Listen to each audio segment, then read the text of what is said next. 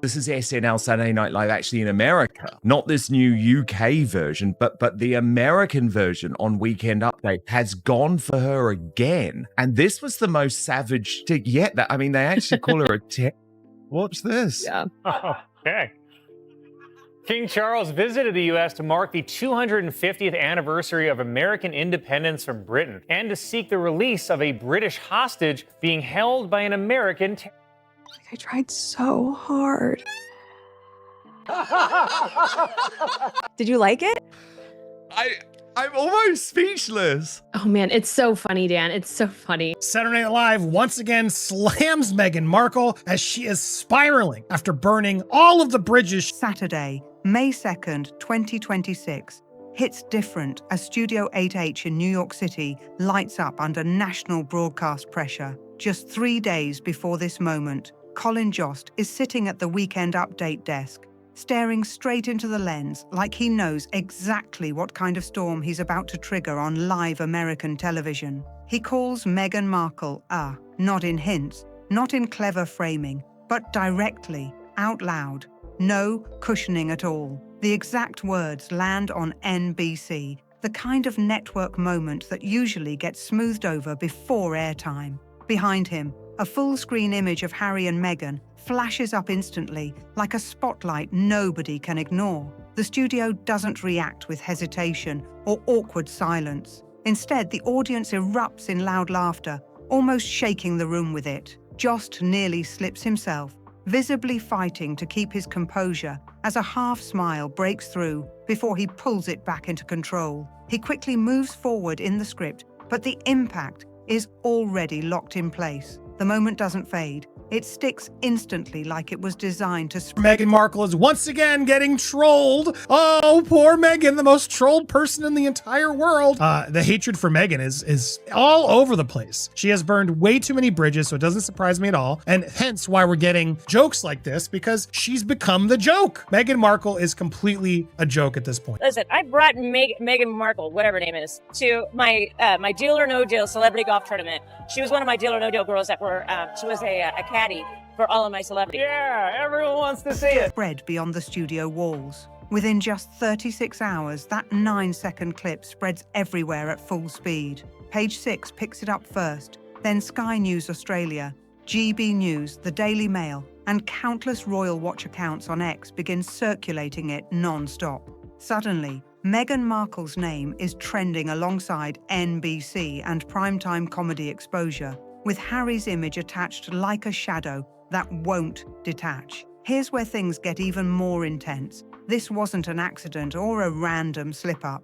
Saturday Night Live doesn't operate on loose improvisation during Weekend Update. Every line goes through layers of writers, approvals, and legal clearance before it even reaches Colin Jost's card. That means multiple people at NBC saw that joke, reviewed it, and still allowed it to air on national television. Someone whose entire job is to prevent backlash or legal fallout still gave it a green light. And that alone says something deeper about how far this narrative has shifted behind the scenes. So the real question starts forming fast. How did one of America's biggest comedy platforms go from inviting Harry and Meghan into cultural spaces to framing them like a running public spectacle that everyone recognizes instantly? Because what follows isn't just a single joke, it's a long pattern stretching across years. NBC has announced plans for a spin-off to the hit series Suits, which will be set in Los Angeles. It will focus on Meghan Markle's character's struggle to balance her legal career while also caring for an unemployed immigrant. President Trump also announced a new trade deal with the UK that will reopen British markets for American companies.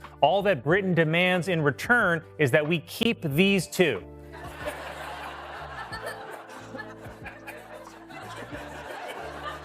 Donald Trump has had enough of them. He's privately savaged Prince Harry during King Charles's visit to America. Trump remarked to a British visitor when the conversation turned to Harry, "Can you take him back?" Everyone is fed up with the grifters. I mean, Trump has clearly had enough of the woe is me, ginger and whinger. Did you like it? I'm gonna come. Building layer by layer until it becomes impossible to ignore. Each moment feels lighter on its own, but together they stack into something far heavier. Look closely, because this is where the shift becomes obvious. It's not just comedy anymore.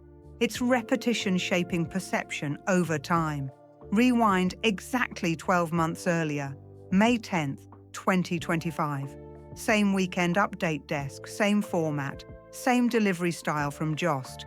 President Trump has just announced a UK trade deal, which already sets up a full political comedy pipeline. But instead of sticking purely to politics, Jost pivots unexpectedly. A new angle forms mid-delivery, and suddenly Harry and Meghan appear on screen again through a fresh image reference. The studio explodes into laughter instantly. Jost almost loses control for a second, his expression cracking before he resets himself back into professional rhythm. The joke circulates fast across media platforms, but what makes it stand out is the framing. It suggests Britain itself is indirectly part of a situation involving the Sussexes. The irony of her calling Lauren Sanchez trashy, but now quietly realizing, oh crap, I should have befriended her more, is so hilarious to me, because Lauren Sanchez, same type of thing, but she bagged someone richer and actually who has power, unlike Harry. Meghan must be so damn jealous of that. What's up? It's your boy, Prince Harry, aka the Ginger of Windsor, aka Redhead Redemption 2. Almost turning diplomatic conversation into a cultural punchline. The implication hits harder than the joke itself. It paints them as a burden slipping between countries, a topic nobody fully wants to claim responsibility for anymore. And this airs during a week where Harry is publicly discussing reconciliation efforts and Meghan is actively pushing new media projects. The timing stacks everything together in a way that amplifies attention naturally. SNL doesn't directly comment on politics in a simple way here. It folds personal royal narrative into global headlines and lets the audience connect the rest. And strangely, there's almost no major pushback this time. The reaction is there, but it doesn't escalate like it used to years ago. The audience response feels different now, less defensive, more detached. That shift matters more than the joke itself, because it sets up what happens next in 2026 perfectly. Now step even further back to see how this pattern didn't start recently at all. April 13th, 2019, SNL runs a sketch titled Royal Baby Video. Emma Stone hosts, Mikey Day plays Harry, and the entire segment leans into a satirical royal family dynamic. On screen, even the Queen is written addressing Meghan's pregnancy directly, which instantly triggers huge audience laughter in studio. Nothing gets edited out. All right, oh, look who it is. It's one of my ex-girlfriends. Excellent, Miss Tinsley Granger-Gash. Yeah. Hi, Tins. You want to say something to my future child? Hello, little baby. Hello, little tiny baby. All right, little baby. Right? Your dad broke up with me on WhatsApp. Okay, so here we go. Come on, your grandpa, Prince Charles, right? Say hello, Dad. Hello. All right, do you want to say anything to your future grandchild? Yes. Hello. All right, we're going to donate. Someone's trapped under the gifts. I'm sorry. Oh, my God, it's Grandma. Grandma, you're on the floor. What's going on? What happened? Am I king? No. Dad, she's fine. Oh. Well, good. Nothing gets softened before broadcast. It airs exactly as written on NBC during prime time. Then, Cecily Strong delivers a version of Kate that cuts sharper than expected, pushing the tone into exaggerated family tension territory. The key detail here is timing. This airs years before Oprah, years before Spare, and before any major public breakdown from Montecito narratives even exists, which means the writers weren't reacting. They were predicting tone, building comedic framing before the real-world story fully unfolded. And that framing sticks. One line in particular evolves into a recurring meme across royal commentary spaces, repeated endlessly whenever controversy appears. Even major political figures rotate in and out of leadership. But that joke structure keeps circulating online far beyond its original broadcast life. The audacity of placing royal tension inside a comedy sketch broadcast globally on NBC becomes part of its own legacy. And while that unfolds, another royal storyline is being handled differently in the same environment. Fast forward to January 22nd, 2022.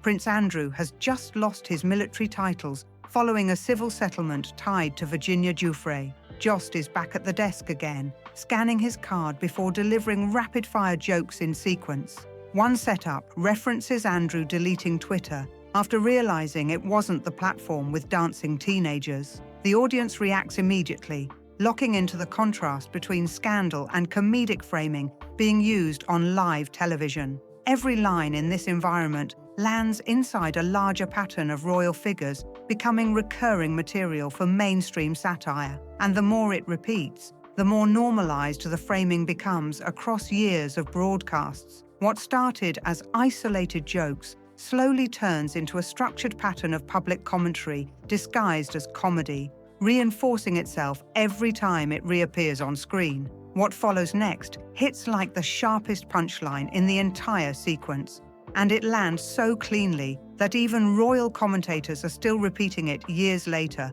with disbelief in their tone. The second joke is described as the kill, a piece of wordplay so precise and stripped down that it doesn't need explanation to land its impact. It's the kind of line that doesn't just sit in a script. It travels, it sticks, and it becomes reference material across commentary circles. In this moment, Prince Andrew is positioned in the center of the joke structure in a way that feels deliberately unfiltered. The phrasing used on air frames him in a stripped-down comedic identity that audiences immediately react to, not with confusion, but with instant recognition of the implication. Britain's most eligible bachelor, Jost says, completely deadpan, like he's reading a weather report, instead of delivering one of the most controversial royal jokes of the segment. The audience reaction is immediate, but controlled.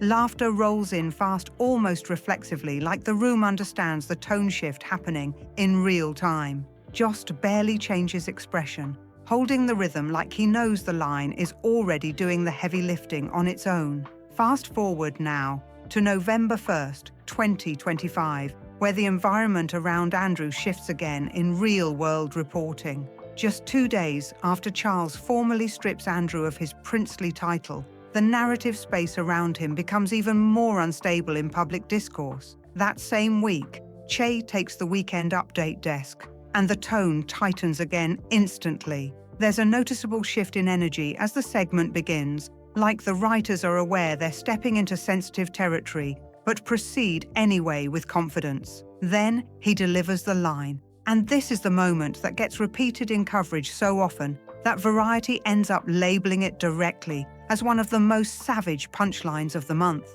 We're going to state this exactly as it aired, because this is the line that defined that broadcast cycle and sparked widespread debate across media commentary spaces. Che delivers it on national television, and the reaction inside the studio is immediate.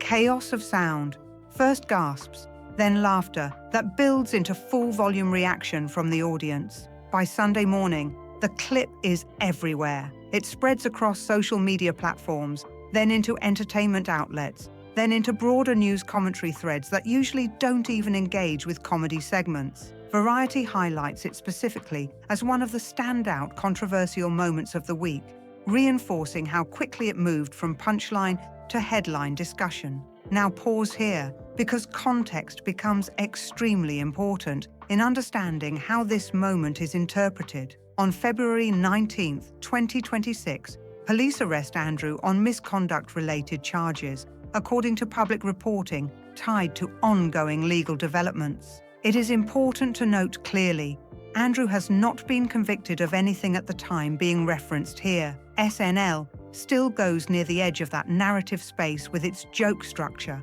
and that alone becomes a talking point in media analysis circles. What this shows is not just the joke itself, but the willingness of the writer's room to place such material into a broadcast environment where millions are watching live. It reflects where Andrew now sits inside American comedic framing, less as a royal figure and more as a recurring symbol used in satire. But the structure of this entire segment doesn't stop there. It actually loops back into a larger pattern that closes everything together. On May 2nd, 2026, the same Weekend Update segment that includes the Meghan Markle hostage situation joke also contains the final Andrew reference that ties the entire structure into one continuous arc. This is where the segment delivers what many viewers now call the bookend moment. Che delivers a final punchline, Andrew Island, and as soon as it hits, a photo appears on screen of Andrew leaving a police station.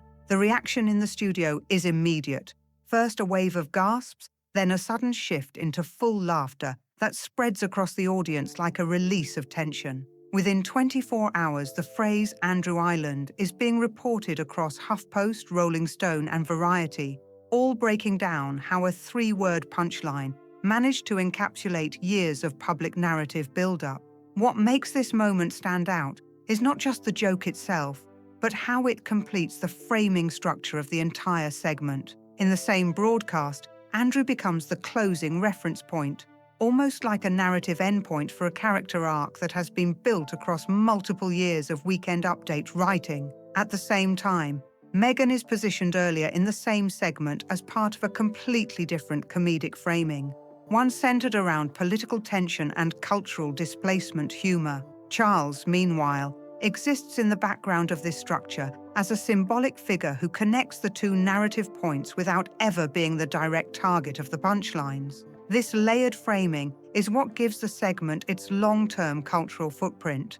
It's not isolated jokes anymore, it's a pattern of placement. Now shift to another major moment that longtime viewers immediately recognize as part of this evolving storyline. On December 16, 2023, the Wales family Christmas card is released, and almost instantly the internet begins dissecting it. What follows is a wave of discussion around alleged Photoshop inconsistencies, with tabloids and online commentators amplifying the conversation until the image is eventually pulled from global agency distribution. That alone becomes historic in royal media coverage because it marks one of the rare moments where a royal family photo is withdrawn from circulation at that scale. Back at Weekend Update, Jost sets up the joke with deliberate timing, pausing just long enough for the audience to lean into expectation. Then the cutaway appears, a mock-up of the Wales family card altered with a pixelated middle finger insert. The studio reaction spikes immediately into loud laughter, with the timing landing almost perfectly for maximum shock value response. What makes this joke particularly notable is how it merges multiple ongoing narratives into one compressed comedic image. It pulls from previously discussed controversies, public image discussions, and ongoing online commentary threads, combining them into a single visual gag that detonates instantly on screen. This is the type of comedic synthesis that usually takes months of online evolution, but here, it is condensed into seconds of broadcast timing, and across royal commentary spaces, that line becomes instantly replayed and reinterpreted in multiple contexts. Now zoom out again, because the larger arc becomes even more noticeable when viewed over time. From 2018 to 2026, the framing shifts in distinct phases. In 2018, Meghan and Harry are positioned as outsiders entering tradition, with jokes focused on culture clash and novelty. By 2019, she becomes a hybrid punchline figure tied into early royal tension narratives before major public revelations even exist. In 2021, the Oprah interview era reframes her into emotional storytelling territory, and SNL mirrors that shift through stand-up monologues and satirical reinterpretations. By 2023, visual satire dominates, including sketches like Millie Pounds and Shirty, where rap parody and royal commentary merge into exaggerated cultural remixing. By 2025, the framing becomes more geopolitical and burden-focused in tone, tying them into international perception jokes. And by 2026, Meghan is fully positioned as a central recurring comedic reference point in major Weekend Update segments. Meanwhile, Andrew evolves into a parallel narrative track that consistently represents scandal-based humor structure. That means, over time, the audience is not just watching individual jokes, they are being conditioned to recognize recurring roles assigned across years of broadcasts. What once began as isolated satire becomes a layered narrative system built on repetition, timing, and evolving public perception. And as each year passes, the reaction shifts too. The audience laughs harder, faster, and with less hesitation than before, showing how deeply embedded the framing has become inside the show's rhythm. This is no longer just comedy reacting to headlines. It is comedy actively mapping them over time in real broadcast continuity. What drops next is the detail nobody managed to clip cleanly. And once you hear it, the entire timeline suddenly feels even louder than before. As of this very week, something unexpected has fully entered the picture. The British have stepped directly into the same comedic battlefield. March 21st, 2026 marks the official launch of SNL UK on Sky and Peacock, and the energy around its first broadcast is already unusually aggressive from the opening frame. Tina Fey steps in as host for the premiere episode, immediately setting a tone that feels more pointed, more layered, and more deliberately provocative than anything audiences were expecting from a UK version of the format. Then, the brand new Weekend Update desk goes live for the first time, introduced by Anya Magliano and Paddy Young, who waste absolutely no time easing into traditional structure or warm-up pacing. Instead, the opening line of the segment hits like a shockwave across the studio and home audience alike. Coming up on Weekend Update, pedophilia. But first, war. That line doesn't glide in. It drops, heavy and immediate, cutting straight through the usual comedic rhythm and forcing an instant reaction from the audience. There's no hesitation in delivery, no cushioning of tone, just a cold, direct transition that signals exactly what kind of version of SNL UK is about to exist. From there, the structure tightens even further as the segment progresses. The second major piece of that opening episode turns directly toward Prince Andrew, framing him again as part of the ongoing public narrative that has now clearly crossed over into British-produced satire territory. This time, the jokes lean into domestic framing.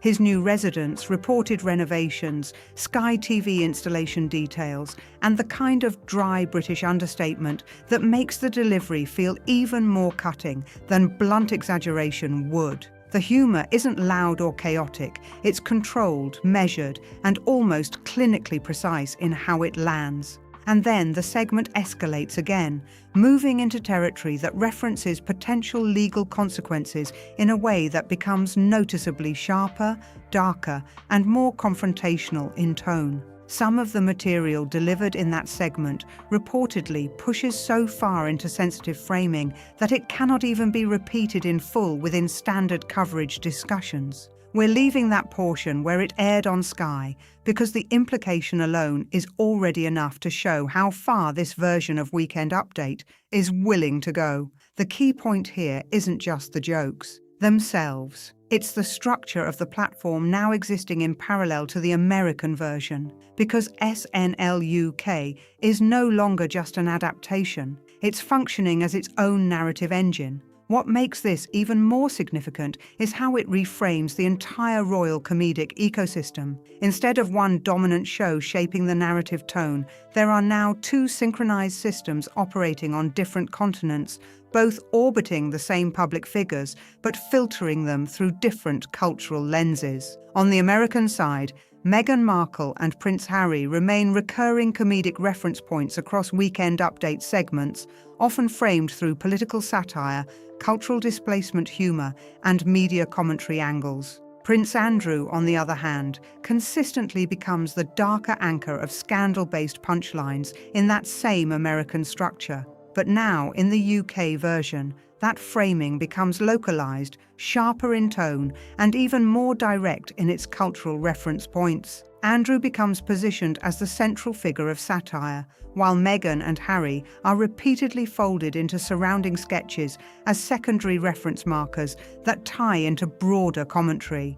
The difference isn't just in content, it's in proximity. The British version feels closer to the subject matter, more embedded in its own cultural commentary, and less filtered through international distance. Early viewer reports suggest the Sky audience response has been extremely strong, with engagement numbers reportedly climbing sharply after the premiere episode aired. That level of attention immediately signals something bigger than just a successful launch. It suggests that the appetite for royal-adjacent satire has not only persisted but expanded across both markets simultaneously. And that brings everything back to where this entire arc began. Because now, on May 2nd, 2026, the same Weekend Update desk in the United States delivers another Meghan Markle punchline, this time framing her as a hostage situation in the comedic structure discussed earlier. At the exact same time, across the Atlantic,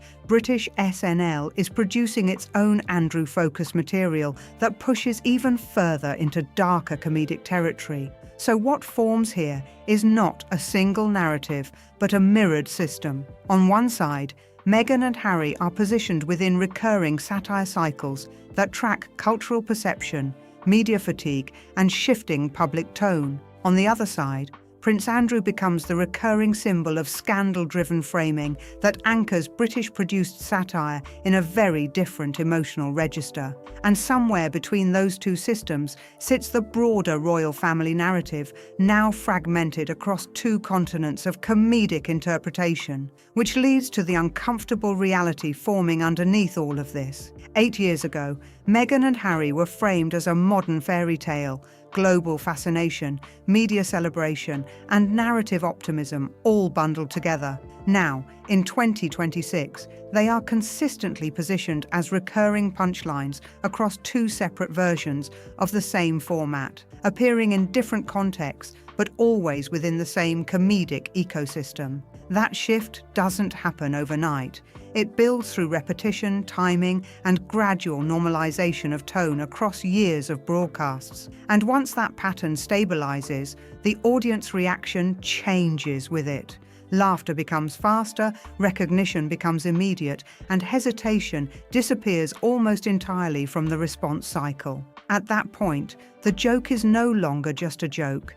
It becomes a reference point inside a shared cultural memory loop. And that is exactly where this situation now sits, because both SNL US and SNL UK are no longer reacting to the royal narrative. They are actively tracking it in real time, segment by segment, across two different audiences. And until something fundamental changes in that structure, the pattern continues exactly where it is. The clips keep circulating, the reactions keep building, and the framing keeps tightening. Now, if you want to see the moment that truly escalated everything into this level of narrative intensity, go back to the Trump UK trade deal storyline that set up the 2025 Weekend Update structure and directly fed into the 2026 punchline arc. That's the missing bridge that connects the entire timeline into one continuous chain of broadcast decisions, audience reactions, and evolving satire structure. And once you see that, link clearly, the full SNL pattern becomes impossible to unsee. This is Star Spotlight, where the laughter doesn't just follow the headlines, it exposes what they refuse to say out loud. Like, comment, and subscribe.